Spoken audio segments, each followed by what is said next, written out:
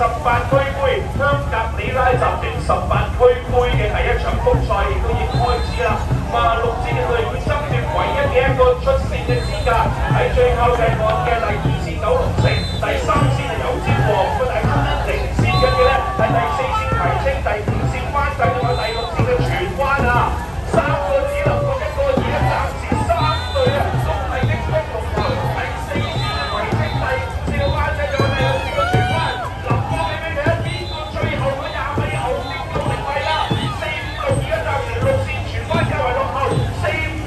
線嘅葵青，葵青仍然都係有一個龍頭嘅優勢，結果首先衝刺係第4線嘅葵青隊，恭喜晒葵青喺呢一度可以以第1名完成賽事。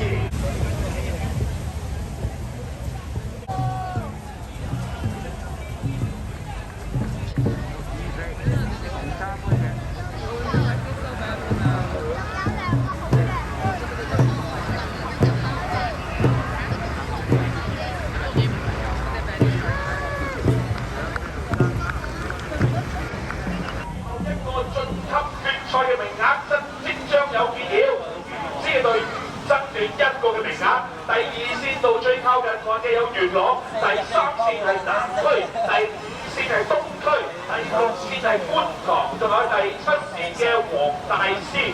彈出嚟第3線。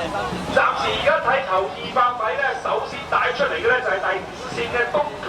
另外南區以及咧觀塘嗰個嘅形勢都唔係話太弱啊。相反咧，今日咧喺呢一場賽事起步見到咧較遠啊，第6、第7線嘅觀塘同埋黃大仙起步反應就稍為慢啲。不過你見到而家最遠嘅黃大仙都開始發力㗎啦。咁啊，但係零零舍舍彈咗出嚟，仍然都係第5線嘅東區。又係都係線足㗎，又係中間嚟線。咁啊，而家咧東區已經有咧接近有1隻龍嘅優勢啊，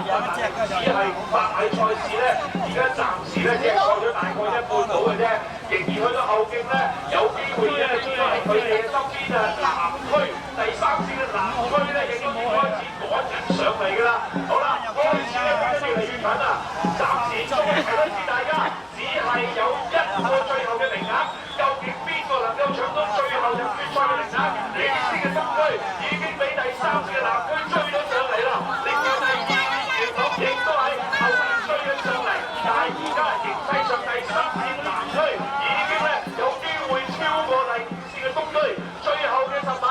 已經見到第3線，追唔追得過咧？林哥美美亞線3線夾贏5線，哇！